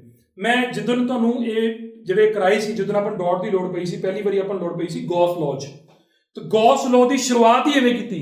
ਐਂਡ ਮੇਰਾ ਤੁਹਾਨੂੰ ਇਹ ਵਾਅਦਾ ਹੈ ਕਿ ਜਦੋਂ ਤੱਕ ਮੈਂ ਤੁਹਾਨੂੰ ਇਹ ਵਾਲਾ ਕੰਮ ਕਰਾਉਂਦਾ ਰਹਾਂਗਾ, ਜਿਹੜਾ ਟੌਪਿਕ ਯੂਜ਼ ਹੁੰਦਾ ਹੈ ਵਿੱਚ ਇਹਦੇ, ਉਹਦੀ ਤੁਹਾਨੂੰ ਪੱਕਾ ਵੀਡੀਓ ਮਿਲ ਜਾਣੀ ਕਰਨੀ ਹੈ। ਹੁਣ ਇਹ ਕਰਵਾਇਆ ਹੋਇਆ ਕਿ ਦੋ ਜਣਿਆਂ ਦੀ ਡਾਟ 0 ਹੈ। ਹੁਣ ਦੇਖੋ ਨਾ ਤਾਂ ਬੇਟੇ E0 ਹੈ ਨਾ DR 0 ਹੈ। ਤੁਹਾਨੂੰ ਡਾਟ ਖੋਲਣੀ ਆਉਂਦੀ ਸਾਰਿਆਂ ਨੂੰ, ਡਾਟ ਹੁੰਦੀ EDR cos θ, ਹਨਾ। ਹੁਣ ਉਹ ਕਹਿੰਦਾ ਵੀ ਨਾ E0 ਹੈ ਕਿਉਂਕਿ ਇੱਥੇ ਫੀਲਡ ਹੈਗਾ, ਨਾ ਹੀ ਡਿਸਪਲੇਸਮੈਂਟ 0, ਡਿਸਪਲੇਸਮੈਂਟ ਵੀ ਹੋ ਰਿਹਾ, ਫਿਰ ਪੱਕੀ ਗੱਲ ਹੈ ਕਿ cos θ 0 ਹੋਣਾ ਚਾਹੀਦਾ। ਜੇਕਰ ਬੇਟੇ ਇੱਧਰ ਕਰ ਦਈਏ, ਜੇਕਰ cos θ 0 ਹੈ ਤਾਂ ਪੱਕੀ ਗੱਲ ਹੈ ਕਿ θ ਕਿੰਨੀ ਡਿਗਰੀ ਹੋਣਾ ਚਾਹੀਦਾ 90 ਡਿਗਰੀ। ਕਿਹਦੇ ਵਿਚਕਾਰ ਹੋਣਾ ਚਾਹੀਦਾ E ਤੇ DR 'ਚ। DR ਕੀ ਚੀਜ਼ ਹੈ ਤੁਹਾਡੀ, ਆ ਡਿਸਪਲੇਸਮੈਂਟ, ਯਾਨੀ ਕਿ ਜਿਹੜਾ ਇਕੁਇਪੋਟੈਂਸ਼ੀਅਲ ਸਰਫੇਸ ਤੇ ਡਿਸਪਲੇਸਮੈਂਟ ਤੇ ਜਿਹੜਾ E ਹੈ, ਇਹਨਾਂ ਦੋਨਾਂ 'ਚ ਐਂਗਲ ਕਿੰਨੇ ਡਿਗਰੀ ਰਹੇਗਾ 90 ਡਿਗਰੀ। ਜਿਹੜਾ ਪੁਆਇੰਟ ਚਾਰਜ ਹੈ ਜੇ ਉਹਦੇ ਆਊਟਵਰਡ ਰੇਡੀਅਲੀ ਹੋ ਗਿਆ ਤਾਂ ਜਿਹੜੇ ਇਕੁਇਪੋਟੈਂਸ਼ੀਅਲ ਸਰਫੇਸ ਨੇ ਉਹ ਇਦਾਂ ਦੇ ਸਫੀਅਰਸ ਬਣਨੇ ਬੇਟੇ। ਜਿਵੇਂ ਤੁਸੀਂ ਆ ਡਾਇਗਰਾਮ ਦੇਖ ਸਕਦੇ ਹੋ, ਤੁਹਾਨੂੰ ਮੈਂ ਦਿੱਤੀ ਹੋਈ ਹੈ ਕਿ E ਵੈਕਟਰ ਤੇ ਜਿਹੜੇ ਆ ਇਕੁਇਪੋਟੈਂਸ਼ੀਅਲ ਸਰਫੇਸ ਨੇ, ਇਹਨਾਂ ਦੋਨਾਂ ਦੇ ਵਿੱਚ ਐਂਗਲ ਇੱਥੇ ਹਰ ਇੱਕ ਜਗ੍ਹਾ ਤੇ ਕਿੰਨਾ ਰਹਿਣਾ 90, ਠੀਕ, ਉਹਨੂੰ ਚੀਰ ਕੇ ਬਾਹਰ ਨਿਕਲੇਗੀ। ਸੋ ਡਾਇਗਰਾਮ ਤੁਹਾਡੇ ਕੋਲ ਹੈ। ਵੈਸੇ ਡਿਸਕਸ਼ਨ ਆਪਾਂ ਕਰਾਂਗੇ ਅਗਲੇ ਲੈਕਚਰ ਦੇ ਵਿੱਚ। ਅਗਲਾ ਟੌਪਿਕ ਆਉਂਦਾ ਬੇਟੇ, ਅਗਲਾ ਕੁਐਸਚਨ ਜਿਹੜੀ ਆਪਾਂ ਕਰਨੀ ਪ੍ਰੋਪਰਟੀ ਕਿ ਟੂ ਇਕੁਇਪੋਟੈਂਸ਼ੀਅਲ ਸਰਫੇਸਿਸ ਡੂ ਨਾਟ ਇੰਟਰਸੈਕਟ। ਇਹ ਕੁਐਸਚਨ ਹੀ ਆਪਦੇ ਆਪ 'ਚ ਇੱਕ ਅਜੀਬ ਜਿਹਾ ਕੁਐਸਚਨ ਹੈ। ਕਹਿੰਦਾ ਵੀ ਦੋ ਇਕੁਇਪੋਟੈਂਸ਼ੀਅਲ ਸਰਫੇਸ, ਯਾਨੀ ਕਿ ਇੱਕ ਜਿਵੇਂ ਹੁਣ ਇਹਦੇ ਤੇ ਹੈ ਇੱਕ ਇਕੁਇਪੋਟੈਂਸ਼ੀਅਲ ਸਰਫੇਸ, ਧਿਆਨ ਨਾਲ ਸੁਣਿਓ, ਯਾਨੀ ਕਿ ਇੱਥੇ ਇਹ ਉਹ ਸਰਫੇਸ ਜਿੱਥੇ ਪੋਟੈਂਸ਼ੀਅਲ ਸੇਮ ਹੈ।